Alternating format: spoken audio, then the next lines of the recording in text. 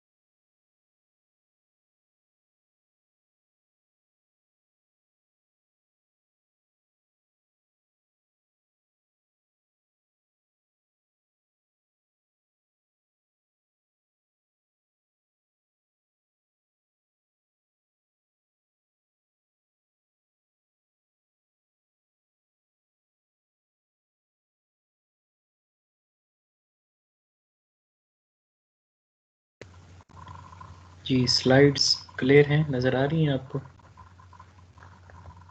Yes sir. Thank you.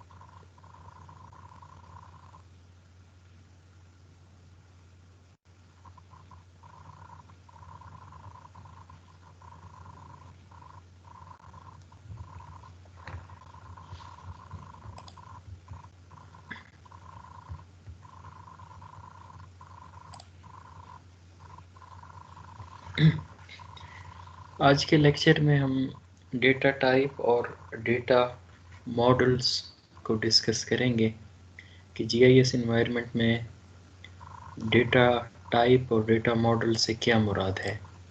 Data type का लफ्ज़ जब हम देखते हैं तो आप लोगों को क्या समझ आती है? कोई स्टूडेंट बताना चाहेगा कि डेटा टाइप से क्या मुराद हो सकती है?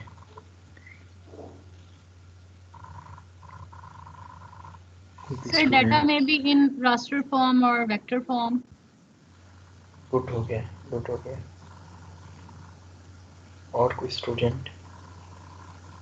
Sir, this means that which types of data we could use to analyze them and gain some information. There are major two types of vector data and raster data using in GIS. ठीक हो गया, good हो गया। और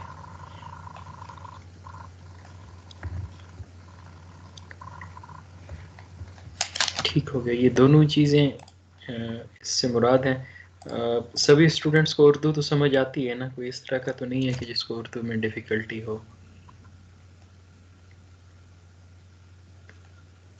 कुछ foreigner students का मैंने सुना है कि उन्होंने कोर्स ज्वाइन किया है।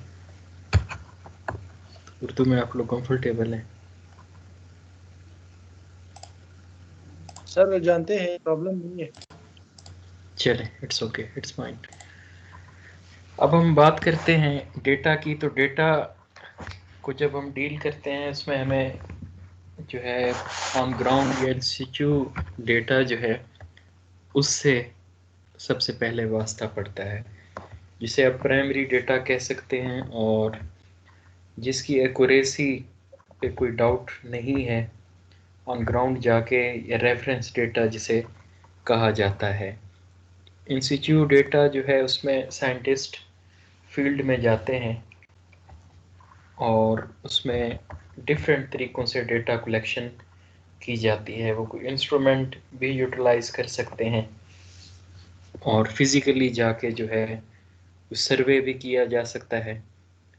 उस तरह वो डेटा कलेक्ट करते हैं और उस डेटा को हम ग्राउंड ट्रूथ डेटा या रेफरेंस डेटा कह सकते हैं।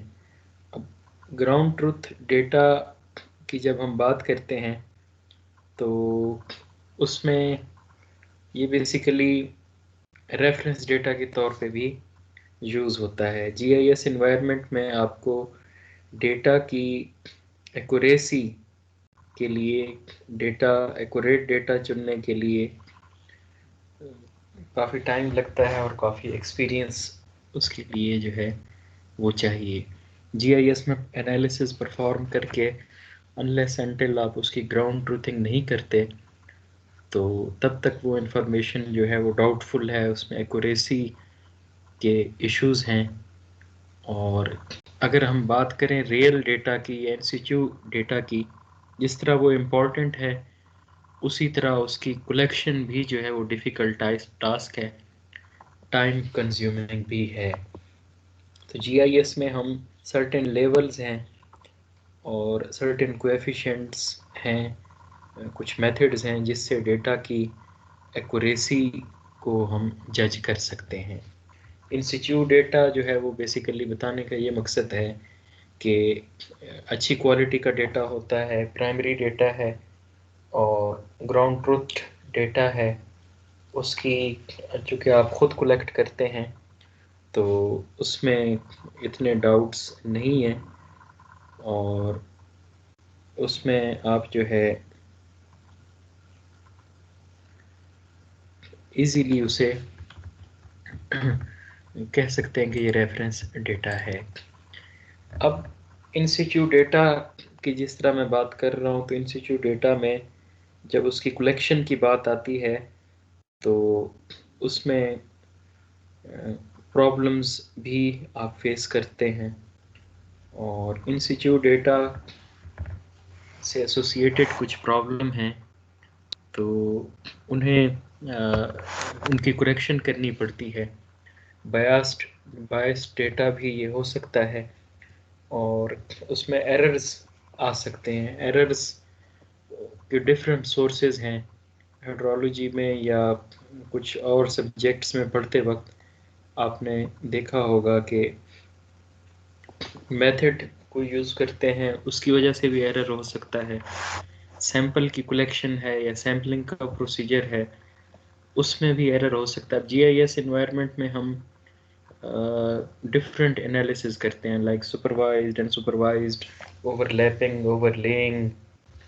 तो उसमें हमें एरर के चांसेस आ सकते हैं और कोई अगर प्रोसीजर करना है इंस्टीट्यूट मेजरमेंट के लिए, कैलिब्रेशन अगर करनी है किसी इंस्ट्रूमेंट की, तो उसकी वजह से भी आप कह सकते हैं कि डेटा में इश्यूज आ सकते हैं। जहाँ तक बात है रिमोट सेंसिंग की, तो उसमें इंस्ट्रूमेंट जो है वो चूँकि सेंसर डेटा कलेक्ट करता है तो उसकी वजह से आप कह सकते हैं कि instantaneous field of view sensor का अगर आउट हो या सेंसर की लोकेशन वो अगर वेरी कर जाए तो उसकी वजह से भी सेंसर बेसिकली एंगल बनाता है और उस एंगल की वजह से भी हमें पिक्सेल्स में एरर से वास्ता पड़ सकता है और पिक्सल क्वालिटी की वजह से डेटा कलेक्शन में हमें एरर आ सकते हैं। अब जो रिमोट सेंसिंग डेटा है उसमें फिर डेटा की कुछ आगे प्रॉपर्टीज़ हैं, जिसमें स्पेशल, स्पेक्ट्रल या रेडियोमेट्रिक या टेम्पोरल रेजोल्यूशन, ये कुछ टर्म्स हैं जो रिमोट सेंसिंग में यूज़ होती हैं। स्पेशल रेजोल्यूशन की जब हम बात करते हैं तो ये बेसिकली स्मॉलेस्ट एंगुलर या लीनियर सेपरेशन है दो ऑब्जेक्ट्स में, जो सेंसर, जिससे आप कह सकते हैं कि सेंसर जो बनाता है और सेंसर की लोकेशन से लेकर ऑब्जेक्ट की लोकेशन तक उसमें डिफरेंट एंगल्स बनते हैं, और उससे फिर हम उसकी जो है वो विद रिस्पेक्ट टू स्पेस आप इसे कह सकते हैं कि दोनों सेंसर और ऑब्जेक्ट में कितना एक जो है वो स्पेस है, कितनी एक डिस्टेंस है।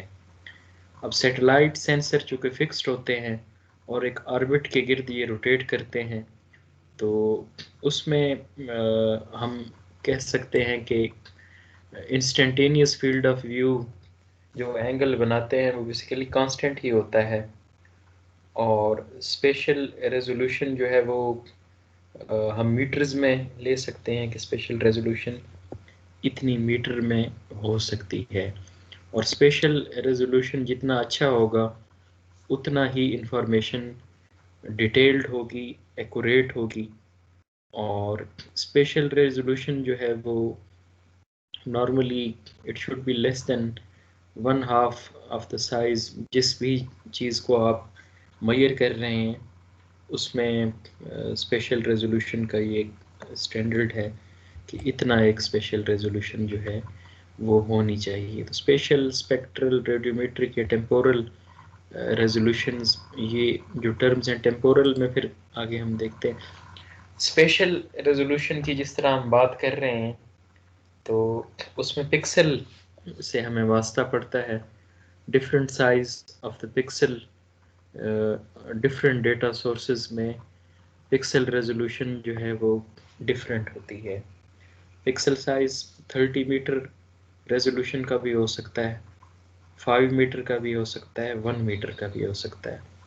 अब इस इमेज में आप देख रहे हैं कि 30 मीटर अगर पिक्सल साइज है या रेजोल्यूशन अगर 30 मीटर है तो उसमें हमें क्लैरिटी या डिस्प्ले जो है वो किस हद तक क्लियर नज़र आ रहा है। अगर 5 मीटर की हम रेजोल्यूशन की बात करते हैं तो 5 मीटर में हमें क्लैरिटी और ज़्यादा है ग्रिड स्केल पे जाके। 1 मीटर की हम बात करते हैं तो 1 मीटर में हमें मज़ीद क्लियर होता है कि कौन सा ऑब्जेक्ट है और किस कलर का है। तो इसलिए स्पेशल रेजोल्यूशन डेटा की जितनी अच्छी होगी उतना जो है वो डेटा अच्छी क्वालिटी का होगा। अब ये स्पेशल रेजोल्यूशन हम क्यों पढ़ रहे हैं? ये इसलिए पढ़ रहे हैं ताकि अगर आपको रिमोट सेंसिंग डेटा अपने रिसर्च पर्पस के लिए या किसी भी पर्पस के लिए यूज़ करना है तो उसमें आपको आप यू कैन जज बेटर कि विच quality of the data will suit for this specific purpose. और उसमें चूँकि डिफरेंट डेटा सोर्सेज अवेलेबल हैं, हम इनिशियली इन चीज़ों को, इन प्रॉपर्टीज़ को कंसीडर नहीं करते एंड वी थिंक कि all data will be suitable for my research. तो उसमें हमारा काफ़ी टाइम ज़ाया होता है और काफ़ी टाइम बाद हमें पता चलता है कि जी ये स्पेशल रेजोल्यूशन भी एक फैक्टर था, इसे हमें जज करना चाहिए था और देखना चाहिए था। तो स्पेशल रेजोल्यूशन जो है अब डिपेंड करता है कि आप किस पर्पज़ के लिए डेटा यूज़ कर रहे हैं, कितनी एक एक्यूरेसी आपको चाहिए, तो उस हिसाब से आप डेटा जो है वो यूज़ कर सकते हैं। इसी तरह आप इसमें देख लें कि एक सैटेलाइट इमेज है और दूसरा एरियल फोटोग्राफ है। सैटेलाइट इमेज जो है वो उसकी रेजोल्यूशन 30 मीटर है, एरियल फोटोग्राफ जो है वो 1 मीटर स्पेशल रेजोल्यूशन से लिया गया है। अब 30 मीटर वाला आप देखें कि उसमें ब्लर्ड विजन है, हमें क्लैरिटी नहीं है कि क्या रिस्पॉन्सेज आ रहे हैं और पिक्चर क्या रिप्रेजेंट करते हैं। जबकि एरियल फोटोग्राफ में आप देख सकते हैं कि एरियल चूँकि 1 मीटर डिस्टेंस से ये लिया गया है, इसकी जो है वो स्पेशल रेजोल्यूशन 1 मीटर है, तो उसमें हमें सारे ऑब्जेक्ट क्लियर नज़र आ रहे हैं। इसी तरह ये देख लें कि 2.4 मीटर और 30 मीटर ये दो इमेजेस हैं, तो 2.4 मीटर वाला जो है वो रेजोल्यूशन फाइन है और दूसरा कोर्स रेजोल्यूशन है। 30 मीटर वाला क्लैरिटी नहीं है, काफ़ी कंफ्यूजन है। अब स्पेशल रेजोल्यूशन जो है वो यहाँ मैं चलें आपसे पूछता हूँ, कुछ सैटेलाइट्स हैं, आप कोई सैटेलाइट के नेम बता सकते हैं जो आपको पता हो? कोई स्टूडेंट बता सकता है कि सैटेलाइट? For Landsat, ठीक हो गया। और कोई स्टूडेंट?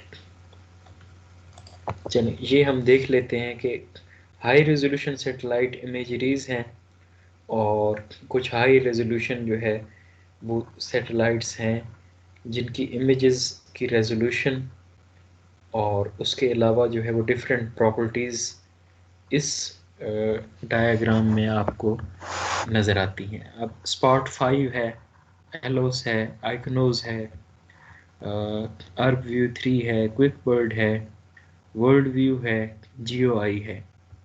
ये कुछ जो है वो हाई रेजोल्यूशन सैटेलाइट सोर्सेज हैं कि जिनकी इमेजरीज़ को आप इजीली यूज़ कर सकते हैं।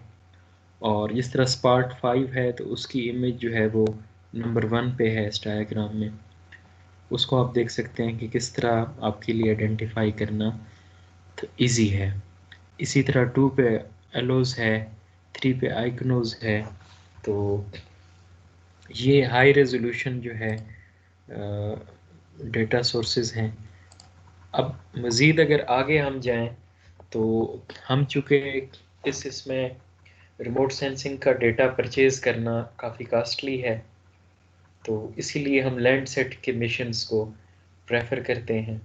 लैंडसेट जो है वो फ्रीली अवेलेबल हैं और उसमें आप इजीली ग्लोबल स्केल पे डेटा किसी भी मुल्क का या किसी भी वाटरशेड का डाउनलोड कर सकते हैं।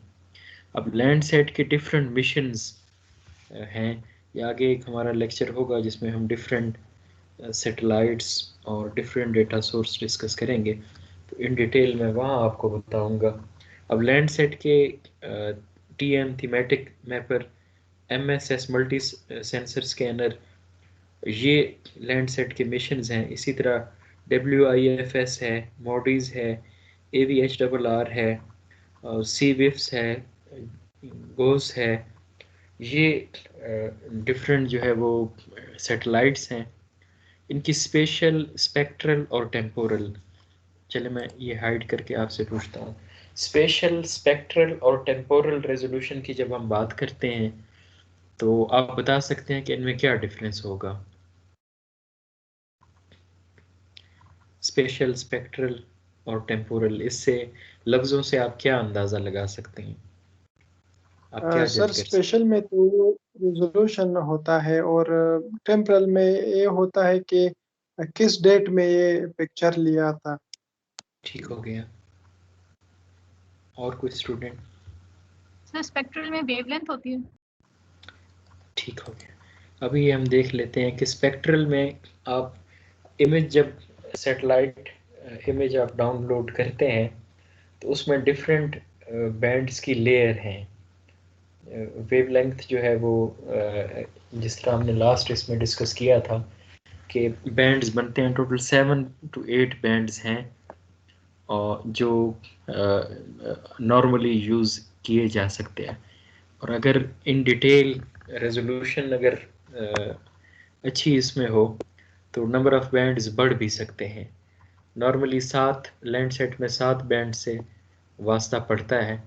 तो स्पेशल एक्सीलेंट जो है वो 30 मीटर है। अब तो 1 मीटर तक भी जो है रेजोल्यूशन अवेलेबल है, लेकिन वो फ्रीली नहीं है। जो फ्रीली है वो लैंडसेट की है, 30 मीटर एक्सीलेंट है। उसके अलावा नीचे डिटेल्स में गिवन है एक्सीलेंट से गुड, फेयर और पुअर। 30 मीटर से नीचे जब आप जाते हैं तो वो गुड में आ जाता है, 79 है।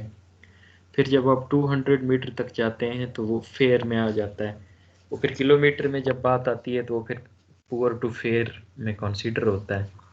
स्पेक्ट्रल बैंड्स जो हैं वो 6 गुड कंसीडर किए जाते हैं, 4 जो है वो भी फेयर में आ जाता है, 2 भी जो है वो फेयर में आ जाता है, 36 एक्सीलेंट में आ जाता है। जितनी नंबर ऑफ बैंड्स डेटा में ज़्यादा होंगी उतना ही आपको क्लैरिटी होगी और उतना ही आपको पता चलेगा कि कितने इमेजेस को या सीन की डिस्ट्रीब्यूशन कैसी है।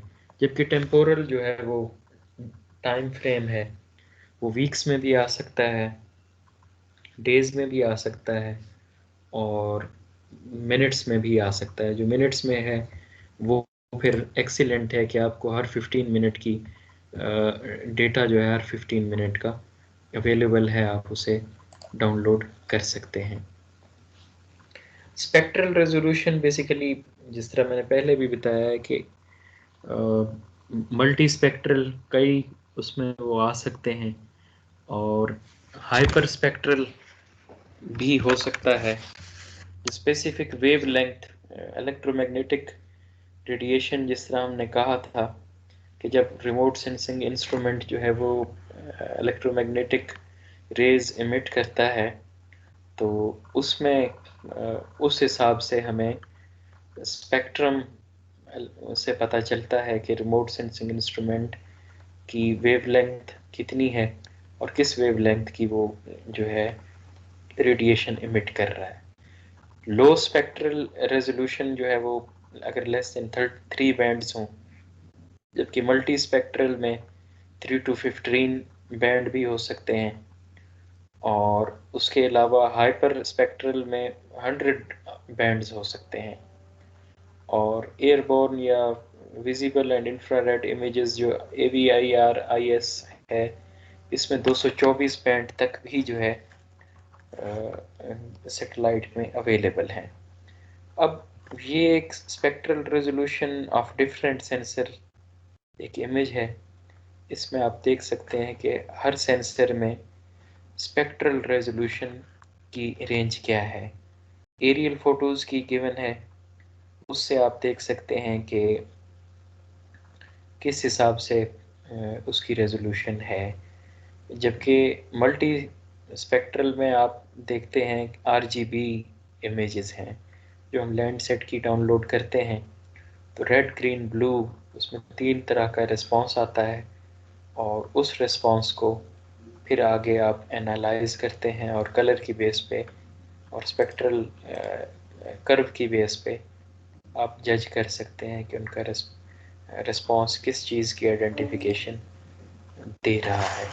जिस तरह मैंने कहा कि स्पेक्ट्रल रेजोल्यूशन में मल्टी स्पेक्ट्रल है, स्पेक्ट्रल रिफ्लेक्टेंस कर्व है।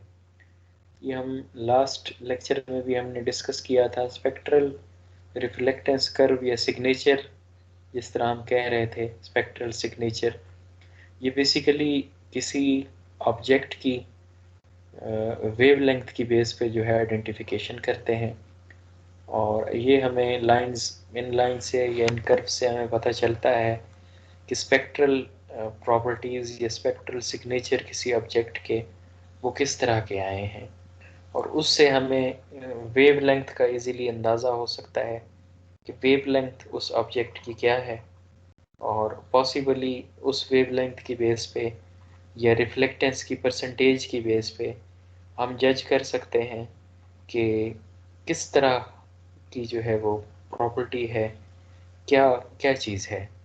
इसमें आप डिफरेंट 3 टाइप्स ऑफ रिस्पॉन्सेज आपको नज़र आ रहे हैं। ये लैंडसेट की ही बेसिकली और स्पॉट की इमेजेस को बताया गया है। 1 ब्लू है, 2 ग्रीन है, 3 रेड है।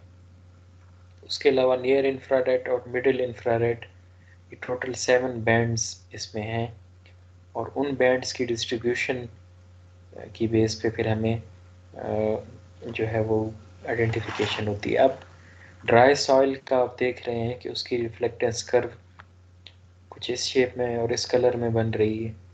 वेजिटेशन के लिए आप देख रहे हैं turbid river water, clear river water, तो उन वेवलेंथ की बेस पे आप आइडेंटिफाई कर सकते हैं कि ऑब्जेक्ट किस तरह का पॉसिबल है। फिर उसके बाद है रेडियोमीट्रिक रेजोल्यूशन। वो डिपेंड करता है कि सिग्नल स्ट्रेंथ क्या है। रेडियोमीट्रिक फ्लक्सेस या इमिशन किसी भी टेरेन से रेडियोमीट्रिक रेज की इमिशन जो है उनसे हमें पता चलता है कि सिग्नल लेवल क्या है, और उसमें 6 बिट्स नॉर्मली जो है वो यूज़ किया जाता है, जिसमें 64 लेवल्स हैं जो लैंड सेट के लिए है। उसके अलावा 8 to 10 बिट्स भी अवेलेबल है। अब ये प्रॉपर्टी भी बताने का मकसद ये है कि जब आप कोई लैब परफॉर्म कर रहे हैं या कोई एनालिसिस जीआईएस बेस्ड कर रहे हैं, तो डेटा में डिफरेंट तरह तरह के चैलेंजेस से आपको वास्ता पड़ता है। उसमें बाज़ औक़ात आपको देखना पड़ जाता है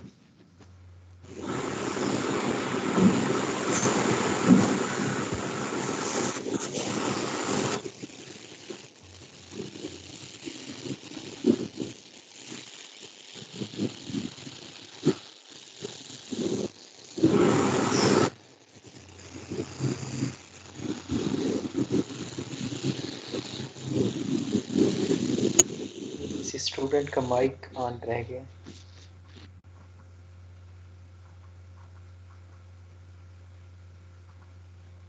ठीक हो गया। उन बैंड्स की बेस पे आप जो है कुछ डेटा में जो है वो इश्यूज आते हैं, तो वो बैंड्स की वजह से भी कि इतने बिट 6 बिट है 7 बिट है, किस रेंज में जो है उसकी रेडियोमेट्रिक रेजोल्यूशन है। तो हर तरह के रिमोट सेंसिंग इमेजेस पे हर तरह का ऑपरेशन परफॉर्म नहीं हो सकता। कुछ जैसे लैंड यूज़ मैप्स अगर आपने बनाने हैं तो उसमें ये चीज़ें डिफरेंट होंगी। प्रेसिपिटेशन डेटा अगर एक्सट्रैक्ट करना है उसमें ये प्रॉपर्टीज़ डिफरेंट होंगी। तो आप जब भी कोई एनालिसिस परफॉर्म करने जाएं या ये डेटा यूज़ करने जाएं तो आपको देखना चाहिए कि कौन सी प्रॉपर्टी जो है वो मेरे रिजल्ट्स को या फाइनल कंक्लूजन को इफ़ेक्ट कर सकती है। इसी तरह टेम्पोरल रेजोल्यूशन है। टेम्पोरल रेजोल्यूशन से मुराद ये है कि how often A sensor visits that particular subject और दैट पार्टिकुलर एरिया। ये रिपीट साइकिल ऑफ सैटेलाइट से हमें पता चलता है कि जो है किस तरह से उस लोकेशन पे रिपीटिशन है, महीने में कितने डेज़ में, कौन कौन से डेज़ में जो है वो सेंसर या सैटेलाइट की रोटेशन इस एरिया में हो सकती है। अब मल्टीपल डेट्स हो सकते हैं, उसमें आपको वेरिएशन नज़र आ सकती है विद रिस्पेक्ट टू टाइम। फ़र्ज़ करें कि जून के मंथ को अगर हम लें तो जून में एक स्पेसिफिक लोकेशन में 2 दफ़ा 2 times in a month thematic mapper या ईटीएम जो है प्लस वो गुज़रता है। फिर उसमें फिर ये होता है कि आपको देखना पड़ता है कि टाइम उसका क्या है, किस टाइम वो गुज़रा है। इसकी एग्जांपल मैं कुछ इस तरह से देना चाहूँगा कि इस्लामाबाद में मेरा अपना काम जो है वो इस्लामाबाद रावल और सिमली डैम है इनके ऊपर था। तो इन पे हम एनालिसिस परफॉर्म कर रहे थे लैंड यूज़ मैप प्रिपेयर करने के लिए, और उसमें हमें कुछ डिफरेंट रिस्पॉन्सेज आ रहे थे। लाइक इस तरह के रिस्पॉन्सेज आ रहे थे कि लेक के अंदर हमें ऐसे लग रहा था कि जैसे कोई कंस्ट्रक्शन है, रिस्पॉन्स इस तरह का था। दूसरा हमें कुछ कोई आप कह लें कि लेक के उसमें ऊपर से इस तरह की कोई चीज़ आ रही थी कि हम आइडेंटिफाई नहीं कर पा रहे थे कि ये क्या है। तो उसके लिए हमने ग्राउंड ट्रूथिंग परफॉर्म की, और ग्राउंड ट्रूथिंग से हमें पता चला कि विद इन लेक कुछ माउंटेन्स हैं, जजीरा नुमा, उसे जो है वो जजीरा कहते हैं, उस तरह का एरिया है और उस एरिया में कुछ माउंटेन्स हैं या रॉक्स हैं, तो उनका स्पेक्ट्रल रिस्पांस हमें ग्राउंड ट्रूथिंग पे या फील्ड विजिट पे पता चला कि उनका स्पेक्ट्रल रिस्पांस कुछ इस तरह से शो हो रहा था कि हम उसे बिल्ट अप एरिया कंसीडर कर रहे थे। उसके अलावा कुछ जो चीज़ मैं बता रहा था कि एक वाइट सी लेयर का रिस्पांस आ रहा था, तो वो फिर हमें पता चला कि इस लोकेशन पे सैटेलाइट का गुजर जो है उसकी टाइमिंग्स 24 आवर में इस डेट पे जो डिफरेंट डेट्स के इमेजेस हम एनालिसिस कर रहे थे टाइमिंग में डिफरेंट था। लाइक मॉर्निंग में या सर्दियों में जो है वहाँ सुबह सुबह एवापोरेशन लेक के ऊपर चूँकि चल रही होती है, तो सैटेलाइट रोटेशन के दौरान उसने उन एवापोरेटेड वाटर को भी कैप्चर किया, तो उसकी वजह से हमें ब्लर्ड विजन और इस तरह का स्ट्रेंज रिस्पांस आ रहा था। तो उसकी बेस पे फिर हम अपने एनालिसिस में चेंजेस की और जस्टिफिकेशन जो है वो यही थी कि इसकी टाइमिंग्स टेम्पोरल रेजोल्यूशन जो है वो इस तरह की है कि उसकी वजह से ये फिनोमिना भी हो सकता है और उसे हम जो है वो निगलेक्ट नहीं कर सकते। अब बात आती है डिजिटल इमेजेस की। एक तो है कि हम सिंपल इमेजेस की बात करते हैं, दूसरा जब हम कहते हैं कि हम रिमोट सेंसिंग के एनालिसिस परफॉर्म करना चाह रहे हैं, तो उसमें हमें डिजिटल इमेज से वास्ता पड़ता है। और डिजिटल इमेज की डिस्ट्रीब्यूशन जो है वो बैंड्स की फॉर्म में है।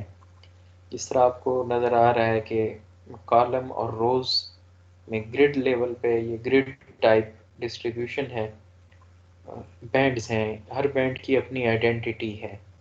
तो डिजिटल इमेज भी जो है ये 2 dimensional array of digital number values है, जिसमें रो और कॉलम की फॉर्म में आप कह सकते हैं कि वैल्यूज़ गिवन होती हैं और उसमें पिक्चोरियल रिप्रेजेंटेशन जो है किसी भी इमेज की वेवलेंथ या रिमोट सेंसिंग डिवाइस के अलावा जो है हम इन नंबर्स की बेस पे कर सकते हैं कि जी एक पिक्सल है, उसमें इमेज की जो है वो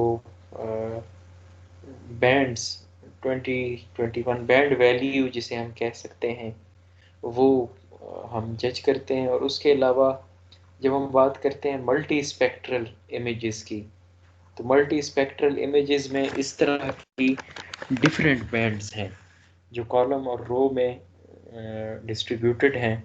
और ये आपको नज़र आ रहा होगा कि 1 to 7 बैंड जिस तरह हम कह रहे थे लैंडसेट इमेजेस में, लेयर बाय लेयर ये ऊपर एक दूसरे के होती हैं और उनको फिर जो है डिस्ट्रीब्यूशन उनकी रोज़ और कॉलम वाइज हम देख सकते हैं।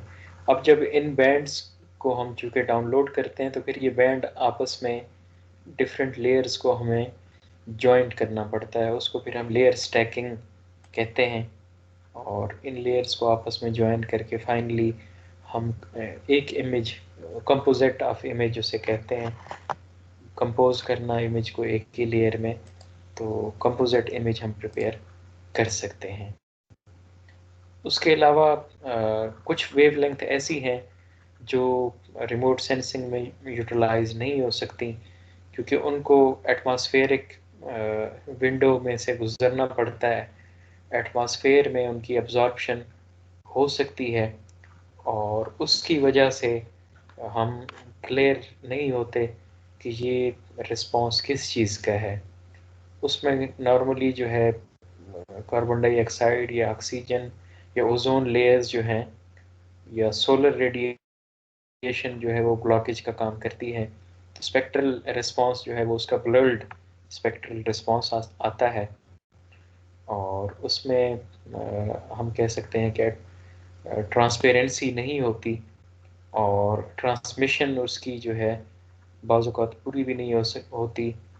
और उसमें यूवी अल्ट्रा वायलेट तो विजिबल हैं, इंफ्रारेड जो रिफ्लेक्टेंस होती है वो भी विजिबल है, थर्मल भी विजिबल है, एफएआर जो है वो CO2 की वजह से उनकी ट्रांसमिशन भी कम होती है, और उससे हम कह सकते हैं कि हम कुछ वेवलेंथ को जो यूज़फुल नहीं होती, जब भी आप लेयर स्टैकिंग करते हैं तो उसमें कुछ लेयर्स 7 में से 1 या 2 आप कह देते हैं कि ये जो है यूज़फुल नहीं है, ये वेवलेंथ जो है एटमॉस्फेरिक एब्जॉर्प्शन वाली है, इसको मैं यूज़ नहीं करता। अब GIS की डेटा टाइप्स तो हमने डिस्कस की, टेम्पोरल, स्पेशल और स्पेक्ट्रल रेजोल्यूशन को भी देखा, बिट्स को भी हमने देखा कि बिट से क्या मुराद है। आगे फिर आता है कि अगर हम मॉडलिंग करना चाहें GIS एनवायरनमेंट में, तो हमें जो है GIS डेटा मॉडल प्रिपेयर करने पड़ते हैं। GIS data model are the model which allow the geographical feature of the real world of any location to be represented or stored in the form of database. Database की form में हम information को store करते हैं और उसके बाद उसकी मैनिपुलेशन करते हैं, और उससे हम फिर किसी भी प्रॉब्लम का सलूशन एड्रेस कर सकते हैं। तो उससे फिर हम GIS इन्वायरमेंट में डेवलप किया हुआ मॉडल या GIS डेटा मॉडल कहते हैं। अब फिर उसके बाद है फीदर मॉडल।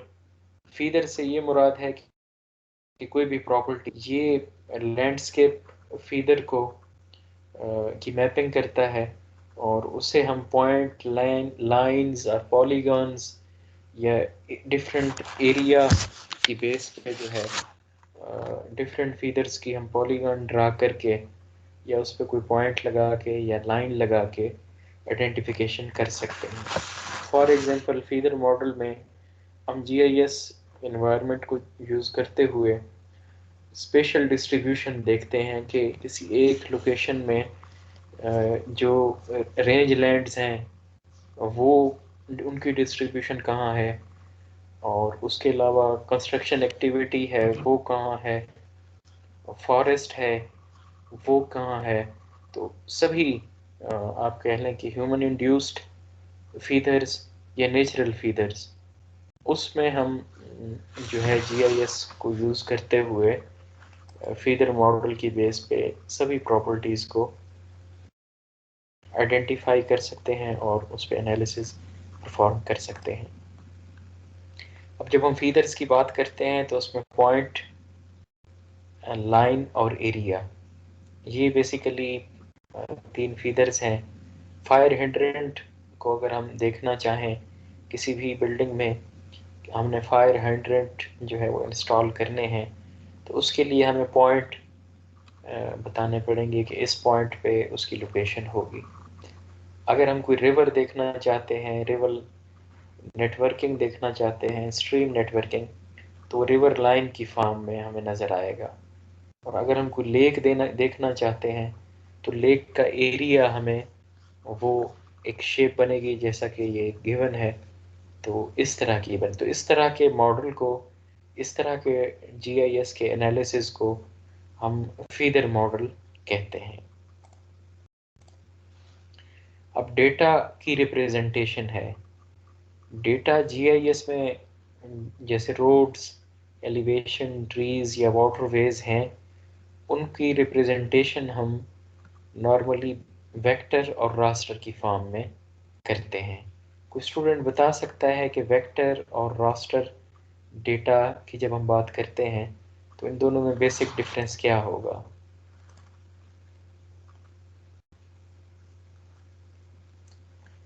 वेक्टर और रास्टर डेटा में बेसिक डिफरेंस क्या होगा? Any student?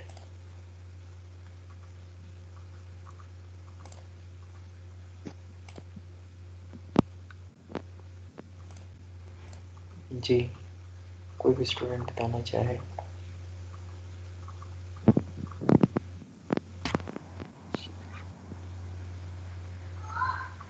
What will be the basic difference between raster and vector data?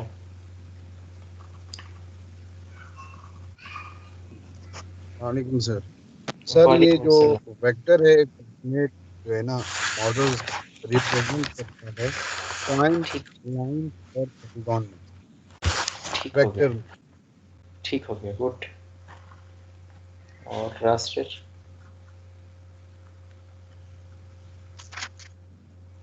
Raster sir इसका जो डिफाइन करेंगे हम इसका arrows of the equal side cells arrange row and column में हम इसको ठीक हो रिप्रेजेंट गया, ठीक हो गया, एक्सीलेंट जौहर, एक्सीलेंट। अब यही हम, जी कोई और? वही सर हमें समझ नहीं आया। समझ नहीं आया जी? किस स्टूडेंट को समझ नहीं आया?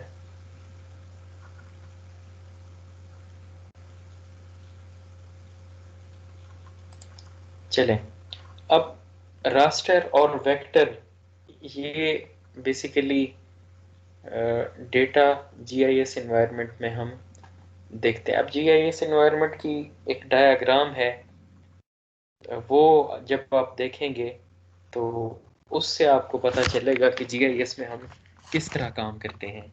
रियल वर्ल्ड है नीचे, अगर बॉटम से आप शुरू करें तो उसमें लैंड की यूजेज है, लैंड को डिफरेंट पर्पस के लिए यूज़ किया गया है। और फिर एलिवेशंस हैं, और डिफरेंट जो है वो हाइट पे अगर आप देखते हैं तो आपको उसकी पिक्चर या डिस्ट्रीब्यूशन जो है वो कुछ इस फॉर्म में नज़र आएगी। अब मज़ीद अगर आप क्लैरिटी में देखना चाहते हैं, स्ट्रीट को देखना चाहते हैं, या कोई भी प्रॉपर्टी देखना चाहते हैं, तो उसको आप आइडेंटिफाई कर सकते हैं। उसमें कस्टमर जो है वो बेसिकली आता है, वो कहता है कि जी मुझे स्ट्रीट लोकेशन जो है वो आइडेंटिफाई करनी है किसी एरिया की, या मुझे जो है वो फॉरेस्ट की मैपिंग करनी है, तो उसकी बेस पे आप जो है वो वेक्टर रास्टर डेटा मॉडल में डिसाइड करते हैं कि वेक्टर और रास्टर डेटा जो है उसकी इन्वॉल्वमेंट होगी। अब डेटा की वेक्टर रिप्रेजेंटेशन से क्या मुराद है कि बेसिकली डेटा के कोऑर्डिनेट्स लाइक लैटिट्यूड और लॉन्गिट्यूड, जियोग्राफिकल कोऑर्डिनेट्स आपको पता होते हैं, उसकी बेस पे आप पॉइंट्स, लाइन, ये इस फॉर्म में डेटा को, पॉलीगॉन इस फॉर्म में, इन तीन फॉर्म्स में, या तो कोई point like school, hospital, college, उसकी लोकेशन किसी पिन पॉइंट पे आप उसे कर सकते हैं। लाइंस में वाटरवेज हमने कहा, हाइकिंग ट्रेल्स हैं, स्ट्रीट्स हैं, और रोड की जो है वो सेंटर लाइंस हैं। और पॉलीगॉन में आप कह सकते हैं कि लेक्स या किसी भी लोकेशन की बाउंड्री, उसको पॉलीगॉन फॉर्म में आप रिप्रेजेंट करेंगे। तो जब हम बात करते हैं रास्टर डेटा की, तो रास्टर डेटा बेसिकली एक विद रिस्पेक्ट टू स्पेस है, एक स्पेशल डेटा है जो एरेज की फॉर्म में, जिस तरह हमने कहा था इनिशियली कि सेल इक्वल साइज के रोज और कॉलम की फॉर्म में डेटा की रिप्रेजेंटेशन होती है। अब क्लियर हुआ आपको कि दोनों में बेसिक डिफरेंस क्या है? वेक्टर और रास्टर में बेसिक डिफरेंस आपको क्लियर हुआ?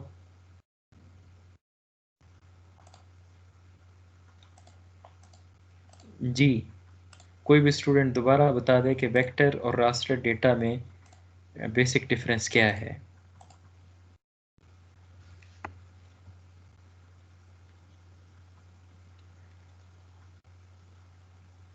ठीक हो गया। वेक्टर डेटा जो है, वेक्टर डेटा में आप तीन फॉर्म से आपको वास्ता पड़ता है, लाइन, पॉइंट और पॉलीगॉन, जबकि रास्टर में आपको एरेज से वास्ता पड़ता है।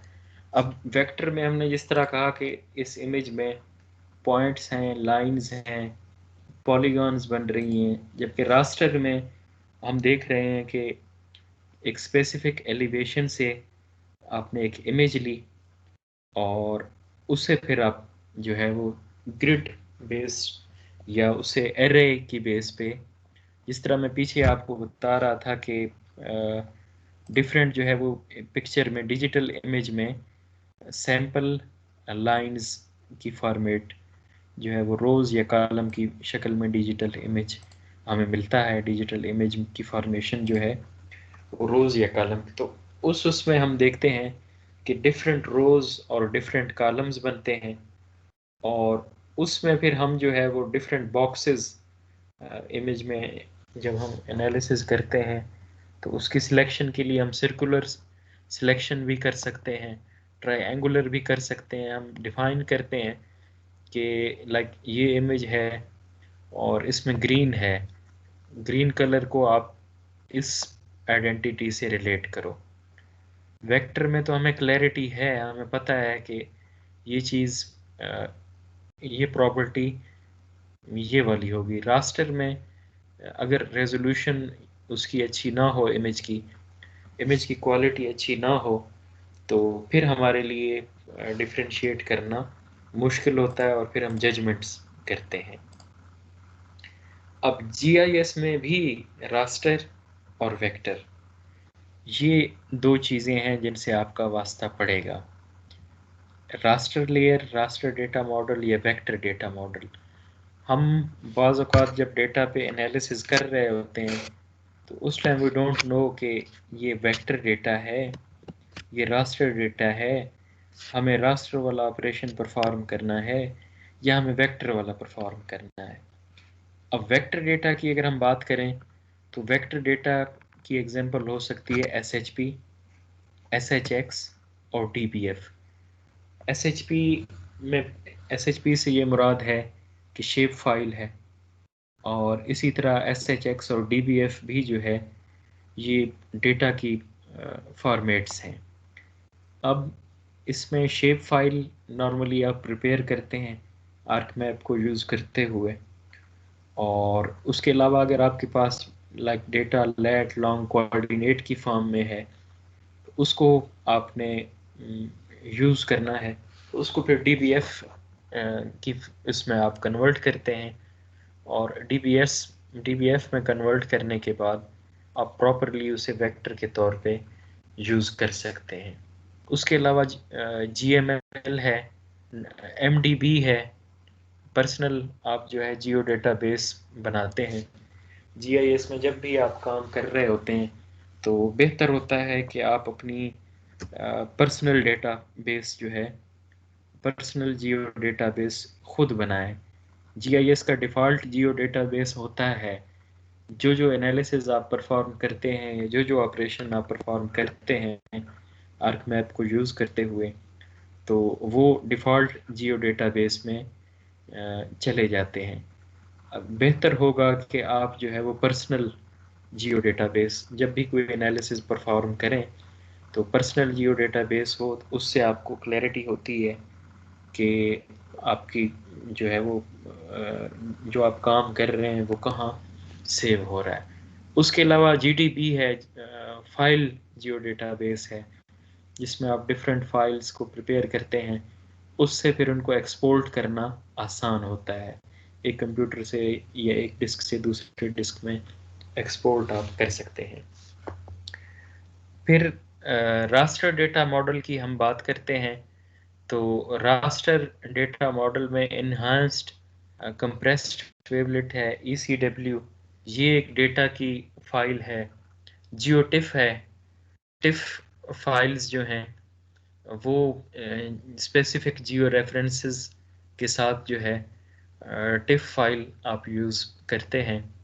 उसके अलावा मल्टी रेजोल्यूशन जो है इमेजेस हैं, MRSID, JPG फाइल, जिस तरह हम कोई इमेज लेते हैं, तस्वीर फोटोग्राफी करते हैं, तो JPG भी जो है ये रास्टर फॉर्मेट में आता है। तो आप नॉर्मली जो है वो रास्टर और वेक्टर दोनों डेटा फाइल से, डेटा मॉडल से आपको वास्ता पड़ता है और इन दोनों को आप यूज़ करते हैं।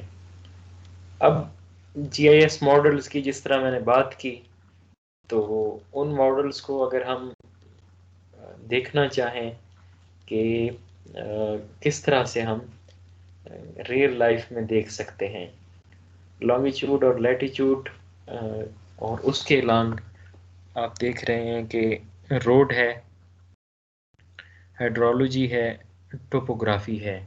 ये दो एग्जांपल्स में हम इसे कंसीडर कर सकते हैं। रोड्स को किस तरह से कि रोड्स को आप रोड्स की नेटवर्किंग को लेट लॉन्ग की बेस पे देख सकते हैं। टोपोग्राफिक एलिवेशन जो है वो प्रिसाइजली आप कोऑर्डिनेट्स अगर आपको पता हो तो कोऑर्डिनेट्स की बेस पे आप आइडेंटिफाई कर सकते हैं। उसके अलावा लेयर्स हैं, स्पेशल डेटा की हैं, और एट्रीब्यूट डेटा टेबल्स जिन्हें आप कह सकते हैं, और लेयर्स को हम वेक्टर और रास्टर फॉर्म में रिप्रेजेंट कर सकते हैं। नॉर्मली जो जियोग्राफिकल डेटा हम यूज़ करते हैं तो उसमें 4 उसकी प्रॉपर्टीज़ हैं, इससे हमें वास्ता पड़ता है। एक तो आप देखते हैं कि प्रोजेक्शन उसकी कौन सी है, किस लोकेशन की उसकी प्रोजेक्शंस हैं, स्केल उसका क्या है, और उसकी रेजोल्यूशन कितनी है। रेजोल्यूशन की बेस पे आप बता सकते हैं कि उसकी एक्यूरेसी क्या होगी। अब स्पेशल और एट्रीब्यूट डेटा, स्पेशल से मुराद है कि from where this information has been collected and how it has been stored, like it has been stored in the form of shapefile, it has been stored in geodatabase, या it has been stored in geographical file format। जबकि attribute data जो है वो आपको बताता है कि which type of, what is the nature of the data, where it is located, who has created this data, it has been created by any human or it has been created by a computer, और when and where and other properties जो table की form में आपके पास आती हैं और attributes उसकी बनती हैं। उसमें हर डेटा की लाइक ये किस लोकेशन से है, लेट लॉन्ग आएगा, किस ईयर में कलेक्ट हुआ, इसका एरिया कितना है, और डिफरेंट प्रॉपर्टीज़ जो हैं वो उनकी एट्रीब्यूट्स टेबल बनती हैं। और GIS सिस्टम में हमें स्पेशल और एट्रीब्यूट डेटा दोनों से वास्ता पड़ता है, और आर्क मैप से हम आर्क व्यू कैटलॉग में जाके इनको आपस में लिंक भी कर सकते हैं। शेप फाइल को जो है हम लिंक कर सकते हैं किसी भी डेटाबेस से, और किसी भी शेप फाइल की हम प्रॉपर्टी एट्रीब्यूट टेबल्स में हम मैप की फॉर्म में देख सकते हैं। अब है कि हम चाहें कि रास्टर और वेक्टर मॉडल को हम किस तरह से रिप्रेजेंट कर सकते हैं, हमें कैसे रिप्रेजेंट, उसकी रिप्रेजेंटेशन कैसी होगी।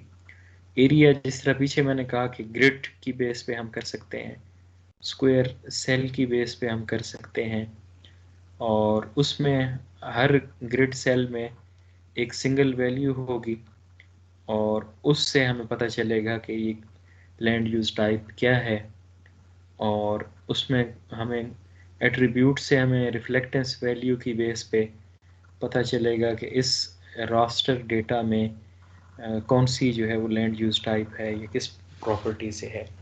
जबकि वेक्टर डेटा जो है पॉइंट या डॉट की फॉर्म में है, लाइंस की फॉर्म में या पॉलीगॉन की फॉर्म में उसकी रिप्रेजेंटेशन होती है। और रेक्टर जो है वेक्टर और रास्टर डेटा जो है उसका अगर हम देखें कि रियल, इसमें उसकी रियल वर्ल्ड की अगर कोई आपको प्रॉपर्टी गिवन हो, आपने उसकी रिप्रेजेंटेशन करनी हो रास्टर में या वेक्टर में, तो वो किस तरह से करेंगे। वेक्टर में तो हमें क्लैरिटी है कि जी पॉइंट हम लगा सकते हैं, लाइन लगा सकते हैं, या पॉलीगॉन लगा सकते हैं। जबकि रास्टर्स में आप देख रहे हैं कि एक्स और वाई एक्सिस के लॉन्ग डिफरेंट बॉक्सेस हैं। 0 से 9 अगर हम देखें तो उसकी हॉरिजेंटल नंबरिंग है, और वर्टिकली हम देखें तो वो भी 0 से 9 है, और उसमें हर बॉक्स में लाइक आर टी एच, ये फिर हमें प्रॉपर्टी की आइडेंटिफिकेशन होती है कि ये प्रॉपर्टी क्या है। अब रास्टर डेटा को अगर हम क्लासिफाई करना चाहें तो रास्टर डेटा को हम इमेज रास्टर और थीमेटिक रास्टर में क्लासिफाई कर सकते हैं। इमेज रास्टर जो है ये टिपिकली जो है इलेक्ट्रॉनिक डिवाइस से लाइक कैमरा या स्कैनर या डिजिटल फोटोग्राफिक, उससे जो है रास्टर डेटा सेट से हमें हासिल होता है। इमेज रास्टर आप देख रहे हैं कि एक सीन है, ग्लोबली उसकी कोई लोकेशन है, उस लोकेशन से उसे हमने कैप्चर किया तो उसके इस तरह बॉक्सेस हमें इमेज की फॉर्म में मिले हैं। जबकि थीमेटिक रास्टर जो है वो बेसिकली जो है डिस्क्रीट या कंटिन्यूस डेटा के फॉर्म में हमें उससे जो है थीम्स बनते हैं। और इमेज रास्टर में तो हमें बॉक्सेस की फॉर्म में पता चलता है, ग्रिड की स्केल पे या ग्रिड टाइप पे इंफॉर्मेशन आती है और डिफरेंट कलर में इसका रिस्पांस होता है। जबकि थीमेटिक रास्टर में कॉन्टिन्यूस या डिस्क्रीट डेटा की फॉर्म में हमें डेटा जो है वो पता चलता है। लाइक डिजिटल एलिवेशन मॉडल से हमें पता चलता है कि इस कलर में हाई एलिवेशन है, इस कलर में लो एलिवेशन है। एलिवेशन डिफरेंस का जो है वो कलर की बेस पे एलिवेशन डिफरेंस में, एलिवेशन में वेरिएशन कुछ इस अंदाज में आ रही है। रास्टर में फिर हमें वैल्यूज़ मिलती हैं और उन वैल्यूज़ की बेस पे जो है हम आइडेंटिफाई करते हैं कि जी स्लोप की वैल्यू या एलिवेशन की वैल्यू क्या होगी। इंटीजर्स रास्टर वैल्यूज़ जो है ये डिस्क्रीट रास्टर डेटा सेट्स है जिसमें इंटीजर हैं, कोडिंग हुई हुई होती है, और रोज़ और कॉलम्स की बेस पे जो है वो सेल बनते हैं, और उस सेल से हमें फिर वैल्यू एट्रीब्यूट टेबल मिलती है। हर सेल को हम डिस्क्रीट, जिस तरह हमने पढ़ा कि यहाँ हमने देखा कि जी डिस्क्रीट डेटा सेट हमें मिलता है, तो उससे हम आइडेंटिफाई करते हैं कि वैल्यू क्या होगी। लाइक फॉर एग्जांपल ये आपके पास एक रोज़ और कॉलम्स की डिस्ट्रीब्यूशन है, उसमें ब्लू, ग्रीन और येलो इस तरह के कलर्स हैं। हर कलर के अगेंस्ट वेट हमें मिल रहा है, वैल्यू एट्रीब्यूट टेबल है, उसमें उसने कहा है कि जी ब्लू बॉक्स है उसकी वैल्यू 1 है। और ब्लू बॉक्स अब इस इमेज में आप देखें कितनी दफ़ा आ रहा है। कोई स्टूडेंट बता सकता है कितनी दफ़ा ब्लू बॉक्स आ रहा है? जी क्लास में कोई स्टूडेंट? सर 11। ठीक हो गया। और आज ठीक हो गया। और ग्रीन कितनी दफ़ा है? सर ग्रीन 2 है, डार्क ग्रीन और लाइट ग्रीन। लाइट 15 है और डार्क ग्रीन 6 टाइम्स। गुड हो गया। और उसके अलावा जो अगला कलर है येलो, येलोइश है कि क्या उसे कह सकते हैं, वो कितनी दफ़ा आ रहा है? Brown, brownish. 8 टाइम्स। ठीक हो गया। अब बेसिकली हम जब इमेज पे एनालिसिस करते हैं तो इमेज जिस तरह हमारे पास लेफ्ट हैंड में रोज़ और कॉलम की डिस्ट्रीब्यूशन में अवेलेबल है, उससे फिर ये बेसिकली कोई ना कोई प्रॉपर्टी जैसे लिखा हुआ है कि जी वैल्यू 1 से 5 तक जो है कलर्स हैं। कलर 1 जो है वो ब्लू है, तो वो बेसिकली रिप्रेजेंट करता है कि वाटर को रिप्रेजेंट करता है, जबकि आगे फिर जो जितनी टाइप्स हैं वो सॉइल डेटा की हैं। ब्लू के अलावा डिफरेंट सॉइल टाइप्स हैं like ID3, SG, ID2, TN4, ये सॉइल डेटा है FAO का। तो उसकी सॉइल प्रॉपर्टीज़ की डिस्ट्रीब्यूशन है, वो फिर इस कलर में नज़र आती है। तो रास्टर वैल्यूज़ जो है वो इंटीजर की फॉर्म में डेटा के अंदर स्टोर होती हैं और उनसे हम पता कर सकते हैं। फिर फ्लोटिंग रास्टर वैल्यूज़ हैं जिसमें हमें कह सकते हैं कि क्लैरिटी नहीं होती, उसमें एक सेल जो है वो दो वैल्यूज़ भी कंटेन कर सकता है, आधा इधर होता है आधा उधर होता है। तो उसमें हम एग्जैक्टली जो है क्लासीफाई नहीं कर सकते कि ये कैटेगरी इसकी क्या होगी। तो उससे हम डिस्क्रीट एलिमेंट। जी एक्सक्यूज मी सर। जी जी सर ये क्वेश्चन आया है कि हमें हमारे पास डाटा है तो हमें कैसे पता चलेगा ये डाटा हमारा रास्टर डाटा है या वेक्टर डाटा है? ठीक हो गया। यही आपको जो है पीछे सारी properties, spectral, spatial, temporal, resolution, sir इन प्रॉपर्टीज की जी सर, ये जो उसकी एक्सटेंशन है उससे पता लगाना होगा, मतलब कि जो डॉट शिफ्ट था और डॉट टिफ है, इधर से पता चलेगा हमें? बिल्कुल बिल्कुल, आपको एक्सटेंशन से ये यहाँ हमने देखा है कि GIS एनवायरनमेंट में अगर आप देखते हैं तो उसमें डॉट SHP से, डॉट DBF से उस डेटा के ऊपर आप या तो उसे GIS के आर्क मैप में आप ओपन करेंगे और ओपन करने से भी आपको पता चल जाता है। अदरवाइज उसके साथ एक्सटेंशन, अगर वो शेप फाइल होगी तो उसके साथ डॉट SHP होगा, जियो डेटाबेस होगा तो उसमें GDB होगा, और टिफ है तो उसके साथ टिफ होगा। एक्सटेंशन से बिल्कुल सर आपको ये पता चल वेक्टर डाटा में मोस्टली शिफ्ट यूज होता है सर, ये वेक्टर डेटा की बात कर रहे हैं। वेक्टर डेटा में जी नॉर्मली सर। जी जी सर। नॉर्मली हमें GDB जियो डेटाबेस फाइल जो आप बनाते हैं और पर्सनल जियो डेटाबेस फाइल MDB से भी वास्ता पड़ता है और शेप यस फाइल से भी वास्ता पड़ता है।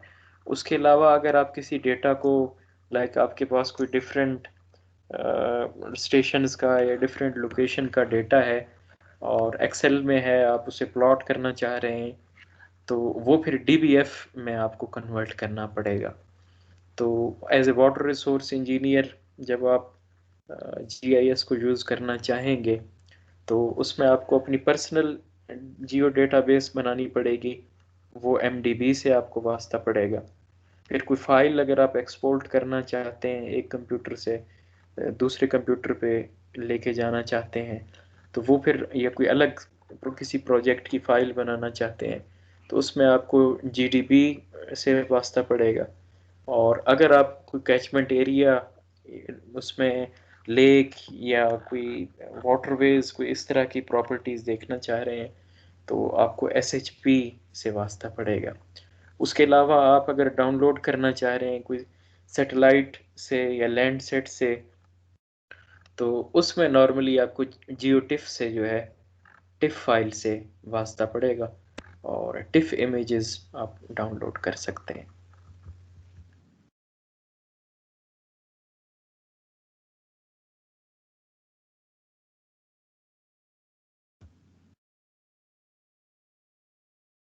अब स्पेशल रिफ्लेक्टेंस फॉर्मेट जो है वो जिसमें जिस तरह हमने कहा कि सेल और कॉलम की पोजीशन जो है वो नंबर्ड होती है और लेफ्ट एंड राइट कॉर्नर जो है वो बाज़ औक़ात मर्ज या मिक्स हो सकते हैं।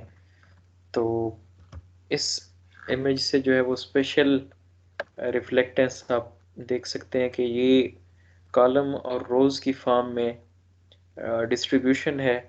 एक स्पेसिफिक सेल आप अगर आइडेंटिफाई करना चाहेंगे तो उसे 2 रो और 3 कॉलम इस तरह के डेटा से, जैसे आप क्लाइमेट चेंज पे अगर काम कर रहे हैं, आरसीपीज़, और उससे अगर आप देखना चाहते हैं, अब तो मतलब आरसीपीज़ का डेटा डिफरेंट सॉफ्टवेयर्स आ गए हैं, लोकेशन बेस्ड आप निकाल सकते हैं। अदरवाइज़ अगर कोई प्रीवियस वर्जन आप यूज़ करते हैं तो उसमें फिर आपको जो है लोकेशन इस तरह से जो है वो सेल स्पेसिफाई करना पड़ता है कि कौन सा मुल्क है और लेट लॉन्ग उसकी क्या है, और ग्रिड बेस पे प्रोग्राम करके आप उसे एक्सट्रैक्ट कर सकते हैं। स्पेशल रेजोल्यूशन जो है वो हाई भी हो सकती है, लो भी हो सकती है, और ये टोटली डिपेंडेंट है सेल साइज पे कि सेल साइज कितना है। तो हाई स्पेशल रेजोल्यूशन में सेल साइज जो है वो आपको स्मॉल एरिया का भी जो है वो सेल बनता है, और लो स्पेशल डेटा सेल में जो है लार्ज एरियाज का सेल साइज बनता है। अब ये कॉन्सेप्ट मुझे कोई स्टूडेंट बता सकता है कि स्पेशल रेजोल्यूशन में सेल साइज से क्या मुराद है? सेल साइज वैल्यू या स्पेशल रेजोल्यूशन को अगर सादा लेमैन को आप समझाना चाहें तो किस तरह समझाएंगे? सर ये मेरे ख्याल से नंबर ऑफ पिक्सल्स पे डिपेंड करता है। ठीक हो गया, गुड। और कोई स्टूडेंट?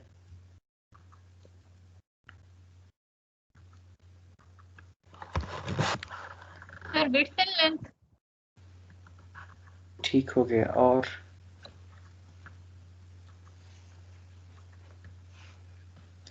चलें, अब अगली स्लाइड में जब हम जाते हैं तो आप जी जी जी सर ये सेल साइज तो उसकी रेजोल्यूशन होगी ना सर, रेजोल्यूशन जितनी ज्यादा होगी तो सेल साइज उतना ही कम होगा उसका।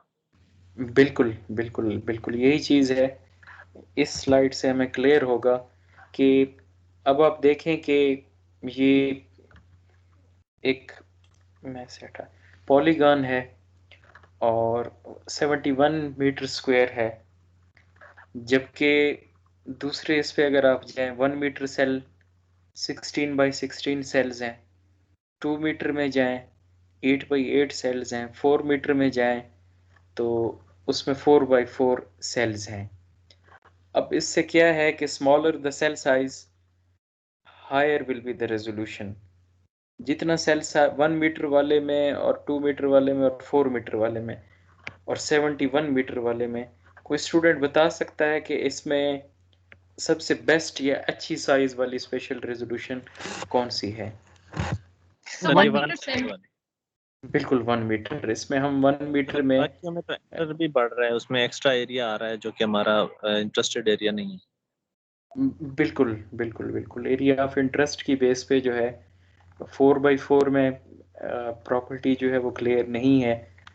8 बाई 8 या 2 मीटर वाले में मज़ीद जो है वो क्लैरिटी है, जबकि 1 वाले में एग्जैक्टली जो हमारा पॉलीगन है वो एग्जैक्टली इसमें लाई कर रहा है।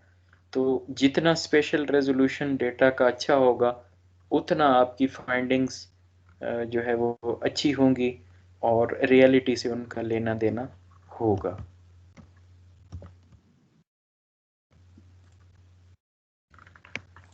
अब नेक्स्ट से स्टार्ट करने से पहले दोबारा अगर मैं चाहूँ कि आप कोई भी स्टूडेंट या सारे स्टूडेंट जितना जितना आपको अंडरस्टैंडिंग हुई है, आप कंक्लूड कर दें कि आज के लेक्चर में हमने क्या पढ़ा अभी तक और आपको क्या समझ आई, जितनी एक जिस जिसको आती है कंक्लूड करते हैं। कर रहा था मेरा, और काफी टाइम से मैंने छुट्टी नहीं की है। अच्छा, मैंने कहा आ गया सारा दिन तेरी उधर स्कूल गया है। नेट उसी का चल रहा है आशा का? नहीं नहीं, अपना ही है। फिर मैं आया तो मैंने बोला इससे वो करवाऊंगा अपवर्क। स्टूडेंट का माइक खुला है।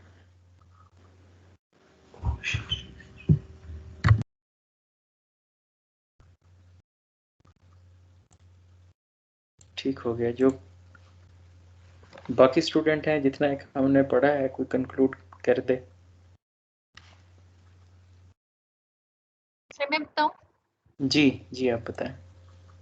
सर सबसे पहले हमने data types and data models के बारे में पढ़ा कि डाटा टाइप्स के साइंटिस्ट इन सिचू जाके भी डाटा कलेक्ट कर सकते हैं, या फिर हम कोई इमेज जो है ना, एरियल इमेज वगैरह भी हम ले सकते हैं। उसके बाद हमने problems associated to in situ data हमने देखे कि हमारे पास मेथड की वजह से भी प्रॉब्लम आ सकते हैं, सैंपल कलेक्शन में भी हमारे पास प्रॉब्लम आ सकते हैं, और अगर कोई हम सेंसर वगैरह यूज़ कर रहे हैं तो उसकी वजह से भी हमारे प्रॉब्लम्स इंड्यूस हो सकते हैं। फिर हमने देखा कि जीआईएस जो हम यूज़ कर रहे होते हैं उसमें हम डिफरेंट टाइप्स के एनालिसिस कर रहे होते हैं, कुछ सुपरवाइज होते हैं, कुछ अनसुपरवाइज होते हैं। हम ओवरलेज वगैरह और डिफरेंट प्रोसीजर्स और एनालिसिस इसमें कर रहे होते हैं, उन वजह से भी डाटा में जो है ना या प्रोसीजर में एरर इंड्यूस हो सकता है। उसके बाद हमने देखा स्पेशल स्पेक्ट्रल रेडिमेटेड टेम्पोरल रेजोल्यूशन देखा, जिसमें स्पेशल था कि हमारा एंगुलर या linear separation between two objects, इसको हम स्पेशल रेजोल्यूशन कहते हैं। और इसमें हमारे पास जो है ना डिफरेंट सैटेलाइट होती हैं, कुछ का फ्रीली हमारे पास डाटा अवेलेबल होता है जैसे कि लैंडसैट हो गया, और बाकी जिनकी रेजोल्यूशन हाई है उनका डाटा हमें फ्रीली अवेलेबल नहीं होता। फिर हमारे पास आ गया स्पेक्ट्रल रेजोल्यूशन, जिसमें हमारे पास बैंड्स होते हैं, लेट्स से 7 to 8 बैंड्स हमारे लैंडसैट में होते हैं, और जैसे जैसे रेजोल्यूशन बढ़ती है बैंड्स भी हमारे पास इंक्रीज होते जाते हैं। फिर हमारे पास आ गया रेडियोमेट्रिक, जिसमें हम सिग्नल स्ट्रेंथ देखते हैं, उसमें डिफरेंट सिग्नल स्ट्रेंथ हो सकती है, 7 बिट 6 बिट और सो ऑन। फिर हमने देखा टेम्पोरल रेजोल्यूशन, जिसमें हम टाइम फ्रेम के साथ जो है ना डाटा ऑब्टेन करते हैं, it can be days, weeks या फिर मिनट्स में भी हो सकता है, जो कि डेफिनेटली एक्सीलेंट होगा। और इसमें हम रिपीट साइकिल देखते हैं कि एक सर्टेन प्लेस पे हमारा जो है ना सेंसर कब आ रहा है, प्लेस या ऑब्जेक्ट। ठीक हो गया, एक्सीलेंट। कोई और स्टूडेंट जिसने जो है वो जिसको समझ ना आई हो, और अभी चूँकि पूरा लेक्चर ऑलमोस्ट रिपीट हुआ है तो कोई और समराइज करना चाहे, कोई और वॉलंटियरली बताना चाहे कि अभी तक का पार्ट हमारा किस चीज़ पे था।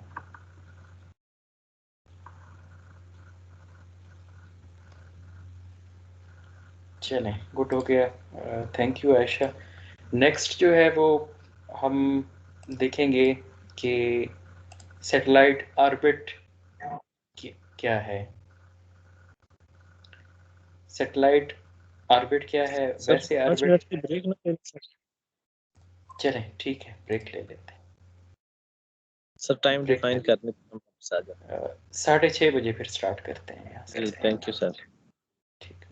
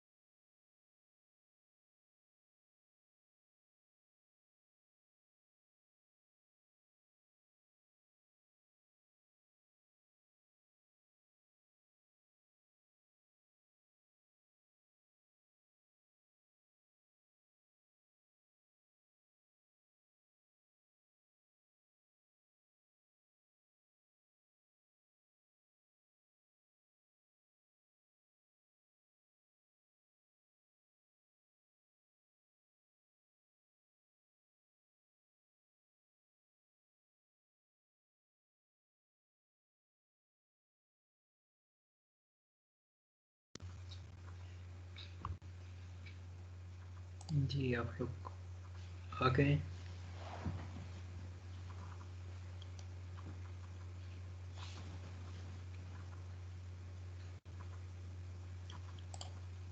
नेक्स्ट हम देख रहे थे कि सैटेलाइट ऑर्बिट्स।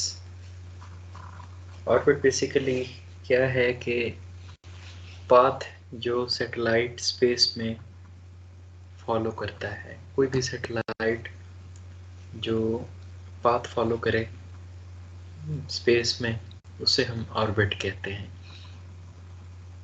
और सैटेलाइट का पाथ जो है वो फिक्स होता है, जिसे हम ऑर्बिटल प्लेन कहते हैं।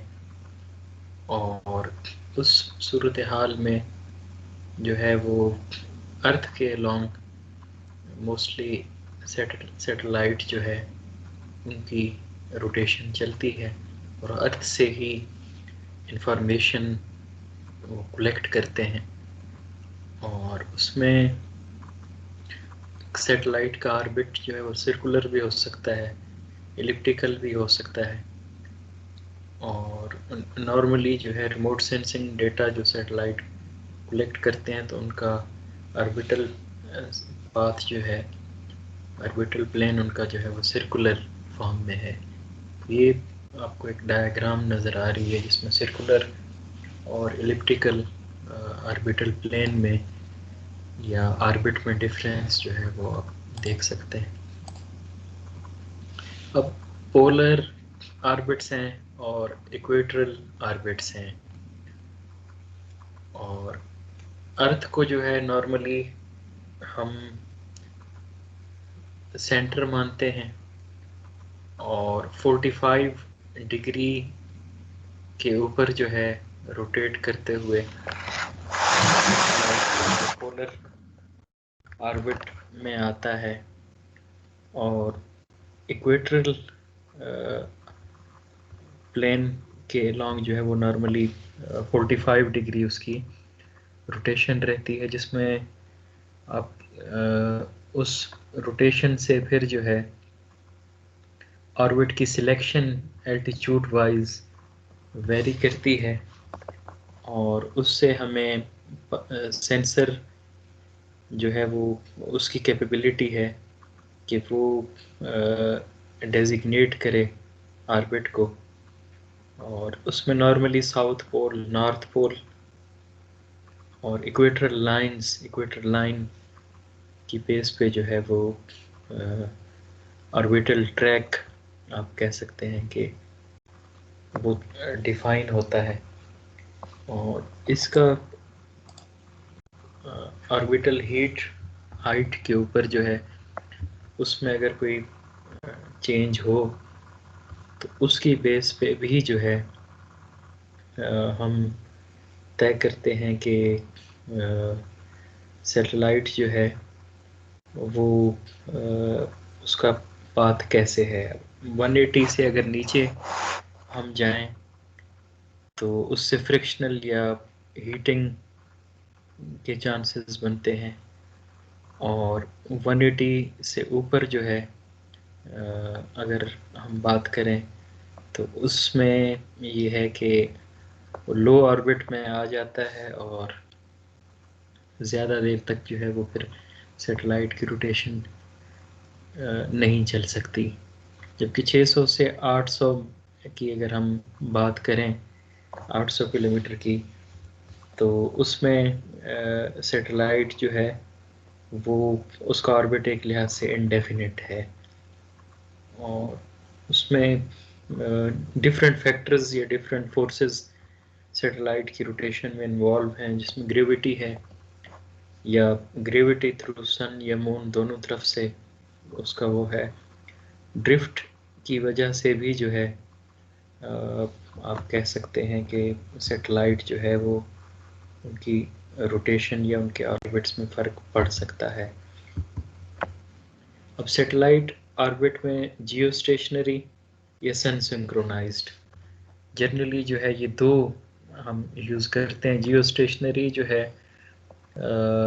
हम कहते हैं कि अलॉन्ग द अर्थ उनकी रोटेशन है, जबकि सन सिंक्रोनाइज्ड जो है वो पोलर ऑर्बिट्स हैं। उनको पोलर ऑर्बिट्स भी कहा जाता है, नॉर्थ और साउथ पोल में उनकी रोटेशन चलती है। जियोस्टेशनरी की एल्टीट्यूड जो है वो 36,000 किलोमीटर है अबव द अर्थ जो है। ये रोटेट करते हैं और 24 आवर में अपना जो है ये सर्कल एक कंप्लीट करते हैं। और उसमें आप कह सकते हैं कि 0 डिग्री इनकी इंक्लिनेशन होती है और इक्वेटरल लाइन के ऊपर 36,000 किलोमीटर डिस्टेंस पे ये रोटेट करते हैं।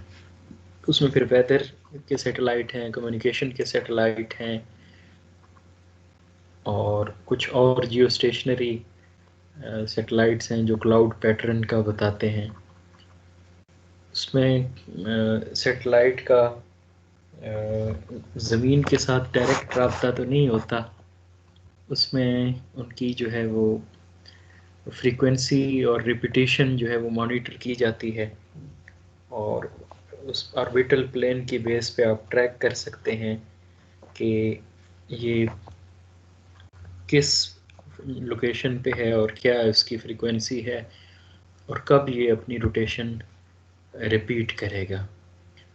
जियोस्टेशनरी ऑर्बिट्स जो है वो डेली भी एक लोकेशन पे जा सकते हैं। इस तरह हमने पीछे पढ़ा है कि इनका टाइमिंग जो है रोटेशन की वो डिफरेंट सैटेलाइट की डिफरेंट है। कुछ शॉर्ट टर्म में अपना रोटेशन पूरा करते हैं जबकि कुछ जो है वो काफ़ी टाइम लेते हैं।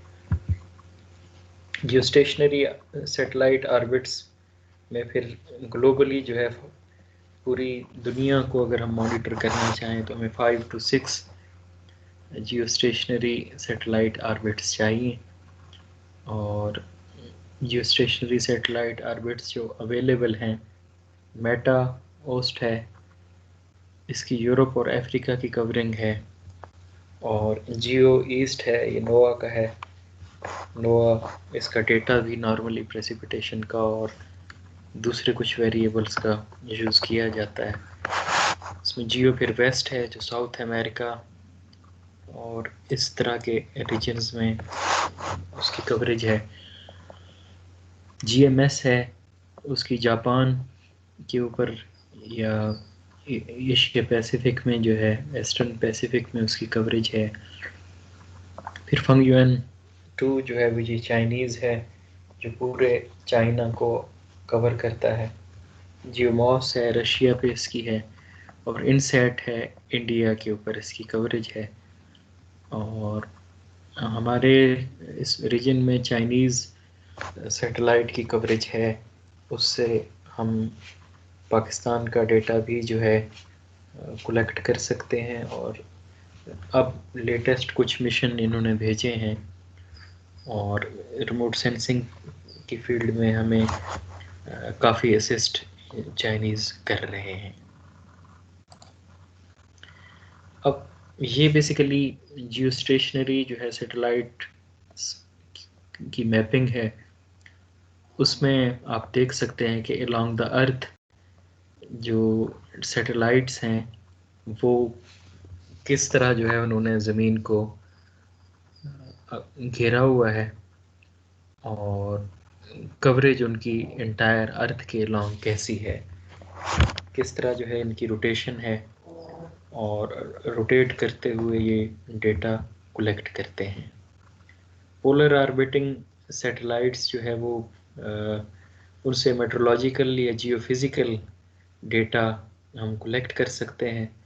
नॉर्थ से साउथ पोल में इनकी रोटेशन चलती है और ग्लोबली जो है इनकी कवरेज है और क्वालिटी भी इनकी अच्छी है और रिमोट सेंसिंग डेटा में काफ़ी हद तक जो है रिमोट सेंसिंग डेटा ये प्रोवाइड करते हैं। पोलर ऑर्बिटिंग सैटेलाइट की जिस तरह मैंने कहा कि मूवमेंट जो है वो हर लोकेशन पे कांस्टेंट है और इनकी रोटेशन जो है किसी भी एरिया में इसकी रोटेशन की टाइमिंग्स हैं और ये बेसिकली सन सिंक्रोनाइज्ड हैं, सन की मूवमेंट के साथ जो है along द अर्थ इनकी मूवमेंट चलती है।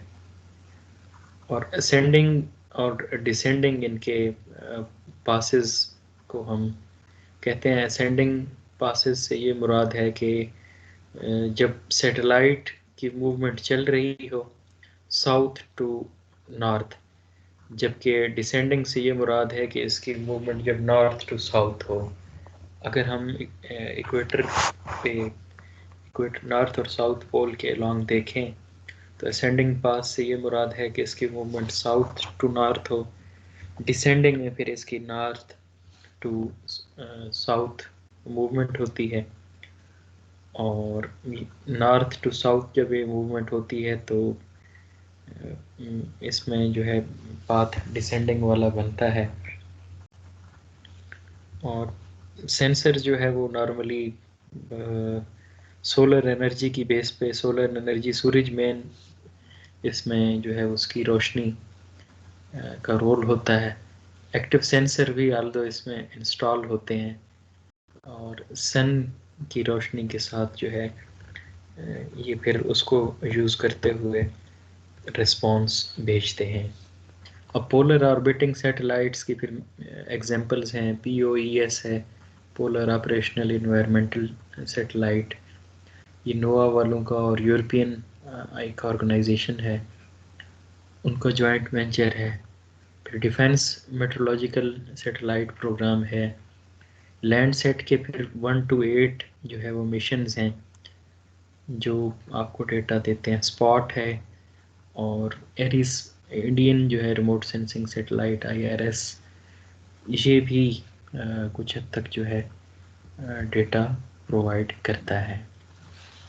अब जो हम पाथ की बात कर रहे हैं कि जब अलोंग द अर्थ उसकी सैटेलाइट की रोटेशन चलती है तो उससे हम बेसिकली कहते हैं कि ग्राउंड स्वैथ सैटेलाइट के पाथ को कहा जाता है। सैटेलाइट की रोटेशन अलोंग द अर्थ जिस तरह चल रही होती है तो उसमें डिफरेंट लोकेशन पे अलोंग द अर्थ जो जो उसकी मूवमेंट चलती है और हमें इमेज उस एरिया का हम हासिल करते हैं तो उससे ग्राउंड स्वैथ हम कहते हैं।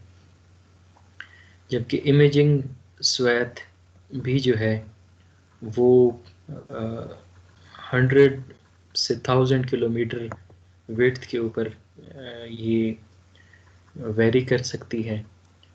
और ऑर्बिटल पीरियड चूँकि हमने कहा कि 24 आवर है, लेस देन 1 डे है, तो अलोंग द अर्थ इनकी मूवमेंट जो है 24 आवर चलती है और 24 आवर डेटा हम हासिल करते हैं। इसी तरह सैटेलाइट रिपीट साइकिल भी है। रिपीट साइकिल से ये मुराद है कि रिविजिट उस लोकेशन पे दोबारा उसका गुज़र कब होगा। और अगर आप अच्छे इसमें इंफॉर्मेशन कलेक्ट करना चाहते हैं तो ये फिर आपके ऊपर आप जज करते हैं कि टाइमिंग, दोनों टाइमिंग में कोई भी वेरिएबल आप ले रहे हैं।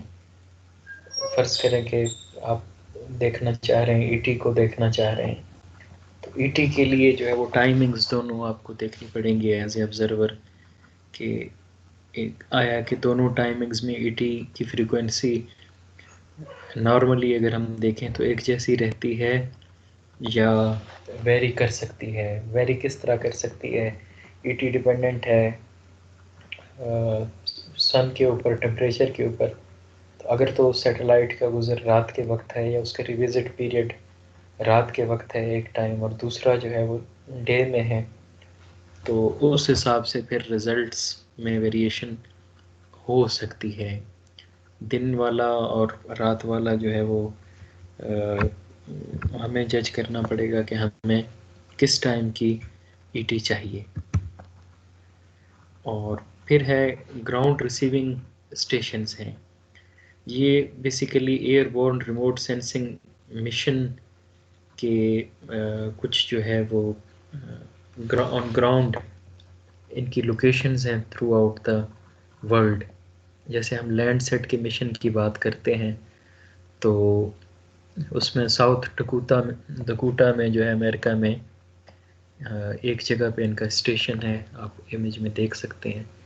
उसके अलावा 7 स्टेशंस, ये डिफरेंट स्टेशंस हैं जिनकी डिफरेंट लोकेशन पे एशिया में, दुनिया में मुख्तलिफ लोकेशन पे जो है ग्राउंड रिसीविंग स्टेशंस हैं जो इंस्टॉल हैं लैंडसेट की, और ये डेटा कलेक्ट करते रहते हैं और हमें उससे इंफॉर्मेशन जो है वो हम तक पहुंचती रहती है।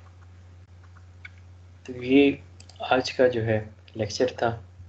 कोई स्टूडेंट कोई सवाल करना चाहे तो आप पूछ सकते हैं।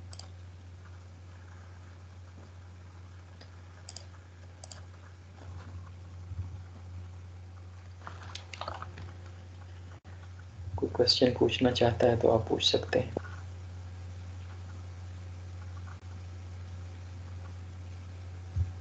सर रेडियोमेट्रिक रेजोल्यूशन को थोड़ा सा दोबारा बता दें।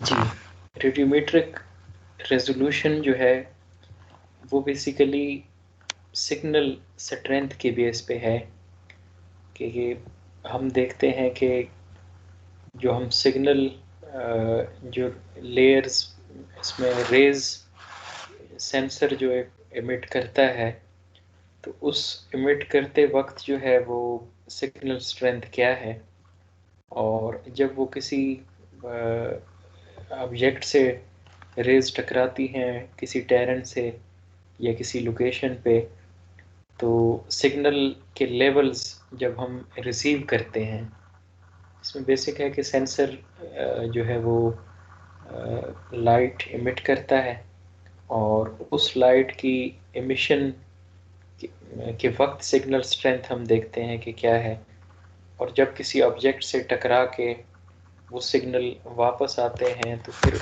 उस टाइम की उनकी स्ट्रेंथ हम नोट करते हैं। तो उसे फिर हम रेडियोमेट्रिक रेजोल्यूशन कहते हैं कि रेडियोमेट्रिक रेजोल्यूशन भी जितनी जो है वो आप बढ़ाते जाएंगे ऑब्जेक्ट्स की, नंबर ऑफ ऑब्जेक्ट्स आप जो है वो उसकी बेस पे, उस वैल्यू की बेस पे देख सकते हैं कि नंबर ऑफ ऑब्जेक्ट्स कितने उसने आइडेंटिफाई किए। नॉर्मली सैटेलाइट इसमें लैंडसेट में 7 बिट तक ये चलती है, और उसमें सेंसर जो है, सेंसर के ऊपर इसकी सेंसिटिविटी है, और इससे क्लियरली आपको पता चलता है कि लेवल्स जो डेटा आपने ऑब्टेन किए हैं उसमें लेयर्स या लेवल कितने हैं। अब लैंडसेट के डिफरेंट मिशंस हैं, उसमें इनकी वैल्यू जो है वो उस हिसाब से डिफर करती है।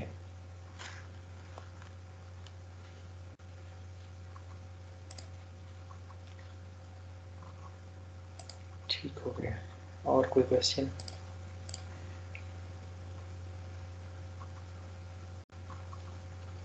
चलो, आप लोगों को मैंने इसमें एमएसटी में एक मैसेज भी कन्वे किया था कि जो स्टूडेंट इस कोर्स को, जिन जिन स्टूडेंट्स ने रजिस्टर किया है, एलएमएस पे भी आप एक दफ़ा जो है वो कोई इनरोलमेंट की है उसकी को यूज़ करके आप एलएमएस पे ये कोर्स रजिस्टर कर सकते हैं। एलएमएस पे चूँकि ये कोर्स नहीं था वो अब अवेलेबल है, तो जो जो लेक्चर हम पढ़ेंगे या जो जो मटेरियल इस कोर्स से रिलेटेड होगा वो एलएमएस पे भी मैं अपलोड कर दूंगा, और एमएस टीम में भी जो है फाइल सेक्शन में आपको इजीली वो इंफॉर्मेशन अवेलेबल होगी। दोनों जगहों में से जिधर भी आपको सूट करे आप उसे डाउनलोड कर सकते हैं। और अटेंडेंस आप लोगों की जो है वो मैं यहाँ से डाउनलोड हो जाती है। उसके अलावा CMS पे मैं देख लेता हूँ कि अगर कोर्स अलॉट हो गया है।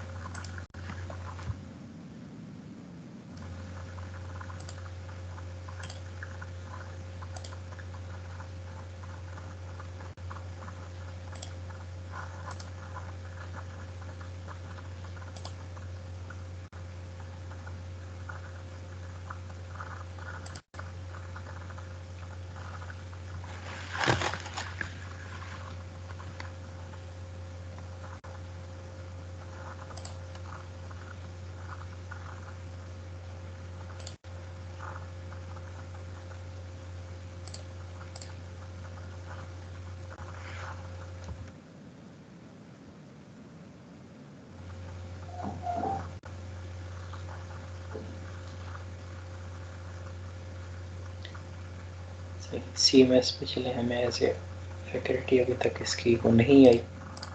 मैं यहाँ से आप लोगों की जो है अटेंडेंस डाउनलोड कर लेता हूँ कि पार्टिसिपेंट लिस्ट इससे आ जाएगी।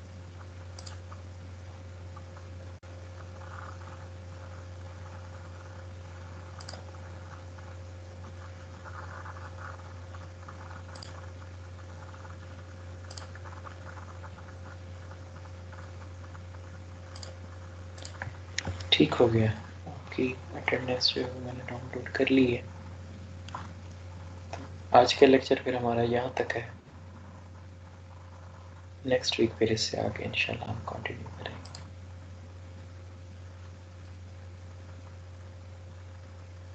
किसी का कोई सवाल है तो आप पूछ सकते हैं, अदरवाइज फिर ये लेक्चर जो है